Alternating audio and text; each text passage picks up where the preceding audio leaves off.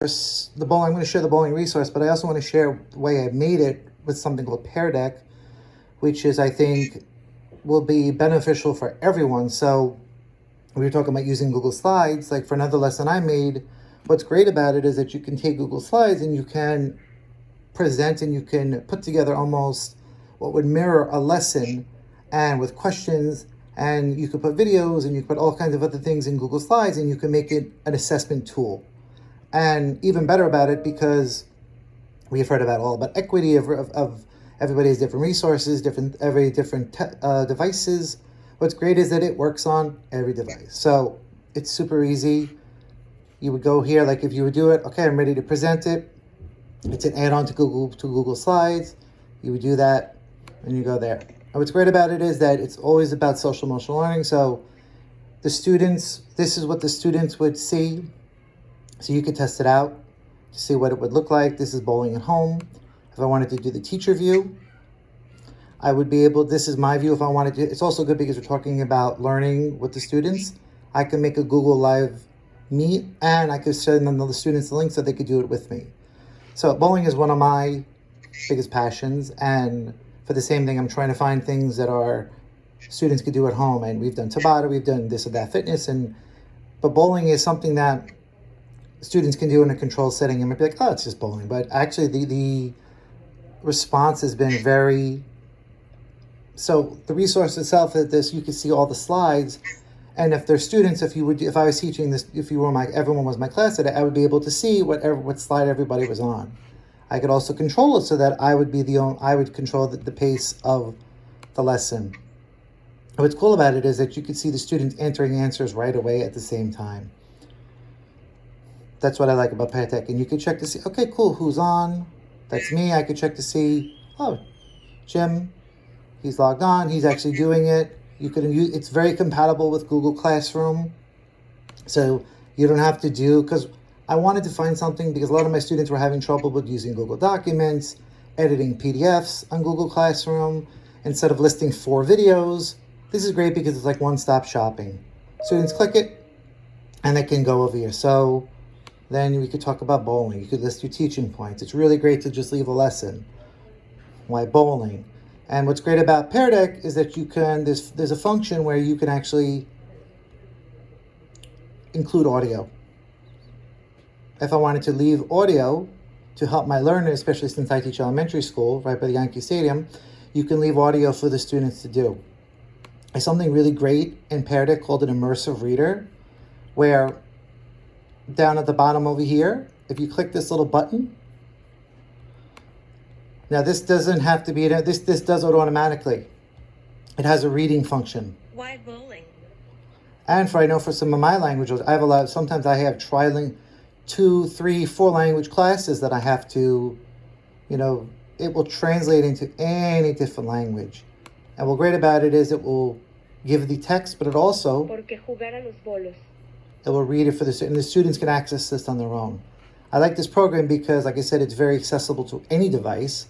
Students can use their emails just to sign in. That's it. That you don't have to make a class, you don't have to build a class. You just make the assignment, you put Pear Deck to the Google slide, and you present it, and students pop in, and you're good to go. It's super easy. So then, on this particular assignment, we talk about why bowling. Bowling is a lifelong sport. Opportunities. Actually, Christina and I we did a very similar one, a similar presentation last June at the conference. Right now, let me just say up. So on the slide, so you can see, you can embed a video. I also like to make videos. I try to give myself a haircut. So this video is semi-old, because if you look at me now, I have a little hair left. I have some hair now, but you could click the video. I also have my own YouTube channel, and it's very super easy to use. So this also counts as kind of like teaching. So also on YouTube, one thing I'm always trying to differentiate for us to also for anybody, students can and families can, you can put subtitles so that the subtitles will come. I'll show you what I mean. Students and families can make it so that. Hello everyone, my name is Jim Hamble, or as the students call me, Mr. Hamble. I am a physical. My computer's not happy right now, but If you click this button, And subtitles promise come me up. you are. One thing also cool about me is that I'm in the U.S. Bowling Hall of And they could Fame also pick what for subtitles they want, a 300 and it auto translate. and an 800 series. So yeah, I'm in the Bowling Hall of Fame So, for 300, 800. So this is my game of bowling. what I'm going to share to you today is one of my favorite activities. Bowling. Sports is great. It's a lifelong sport, meaning if you play it, you can have a long life. There's a couple different things you could do, even though at your home, because you might be wondering, I don't have a ball. I don't have any pins. Well, I happen to have a ball, but anything that rolls, like rolled up socks, anything can work. And if you don't have any pins, you could use bobbles, Legos, blocks, a couple things I'm going to show you how to use today. So before we started, let's make sure we have good form, right? So whatever hand you want to hold the ball, hold the other hand supports it. So when I did bowling, I encourage students to just kind of use something that would mimic or something that would look like a pin. I myself use little blocks that my little 2-year-old daughter had. I happened to bring home a bowling pin from my gym. Go figure. But what's really great about this bowling is that you could really make it true to form. You could use cones. Socks and bowling, like you said, as we were saying, I think socks are going to be a new challenge. That's going to make a new challenge because even for a good bowler I am, that it was kind of not easy to do.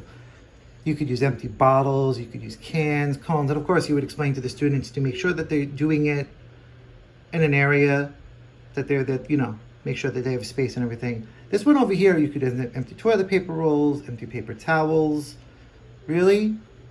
And what's great about it is that actually this student actually gave me an idea, this one, first grader, mind you. Roll up newspapers and magazines with a rubber band to hold them together. So what's great about it is, so the students do it, I could even put some gifts of my own. I could put the steps of the bowling, and it would play, hold the ball up, step opposite foot, should be swinging like a pendulum. And the students can go, and the students can access it at their own pace. And if like in a meeting like this, I could say, okay, cool, we could go. And the thing about Pear Deck is if I ask a question and I get crickets because nobody's answering, the great thing about Pear Deck is that you could also add in extra slides that would assess how the students are. So you got the steps rolling now where the fun partner is.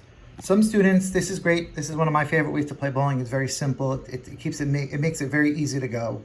You get one turn, one person bowls, one person sets the pins, one person keeps the score. Now, I'm actually going to use this. I found a lot of online resources and a lot of ways to do it. So I used to do a lot of printing, a lot of paper and pencil. But using Pear Deck or using online things like this, you don't have to do that anymore. So then if a student is with their family, they could do this as a family, they could do this by themselves.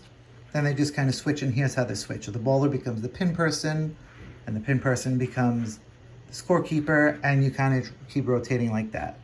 And you might be thinking, well, most students might, the same thing, similar, you might think that it may not be received or go over well. It really did. It actually did. I had some students online, even doing it with me for like 30 minutes. I was just keeping score for them so they could focus on bowling, and they got like 60 pins each. So they really enjoyed it. Using bottles, using little blocks. So there's really lots of things to do. And I tried it with a sock. It was not easy. So the one cool thing about it that makes it bowling, and when I usually do bowling, I usually try to talk about it like muscular endurance. It really fits all, if you think about all the scope and sequence, resource management, if you talk about, community, it really, even if students are just doing it by themselves at home or with their families, it really lends it something everyone can do. There's lots of things they can do. They can make more pins, less pins. They can make it challenging themselves. So you're adding that extra variety to it. And the fun thing about it is that they like to do it. They want to do it. And something like Pear Deck and laying it out like this lesson, like I could literally share this with everyone, and you could use this tomorrow. Or if you have somewhere, you could use it with your students now. So with the little ones, they could do something on Pear Deck. And what makes it a Pear Deck is that, so right now, if the students were doing it, I would be waiting for their responses on how to do it. But this is what it looks like for the students. They can literally, so for the second bowler, they can literally circle it, they can exit. You could have them do dragging. When they're done, you could have them write text, so maybe their score is 30. This is one of my favorite features because they can drag and on an actual Google slide. So if you wanted to pick a video, like we were making videos, if you wanted to make a video and say, what are the 4 steps of rolling, you could do something like that. There's a lot of different options. Because Google Slides is great, but it's also wonderful because you can do, Pear Deck makes it even more. So for the older students who want to, they want to use a regular score. This is one of my favorite things to do. Okay, so they could do person A, person B, and they can literally keep track of their scores all the way. This is a modified version of bowling because the idea is I want them to just kind of get into it and go and do it. Talking about muscular endurance and muscular strength is something that always is a good health-related fitness part of it. It's also a target game if you want to get into that. I also, one thing about Pear Deck that I really enjoy, so they click down there, okay? One of the cool things about Pear Deck is that you can put a slide. So, okay, cool. Now if I wanted to let the students do true to form, like real authentic bowling, you could do true to form. And I could put a website down here so that when the students click the website, they can refer to the page, and they could also do this, they could have two things going on at once. So they got two screens going on at the same time. So that's my bowling's resource. It's really fun. You'd be surprised. My students, you may not think, okay, because bowling alleys are hard to find. They're not that easy to go. And sometimes they may not see it because like, okay, I could bounce a ball. And when I go outside, I might be able to transfer that over to doing like basketball. They may not see that right the same way with bowling. And letting them roll and also keeping score is a great way to incorporate math. It's also a great way to just engage them because it's something new, it's something exciting. Students really like to do it. And this is good. These resources are good for students in K-5.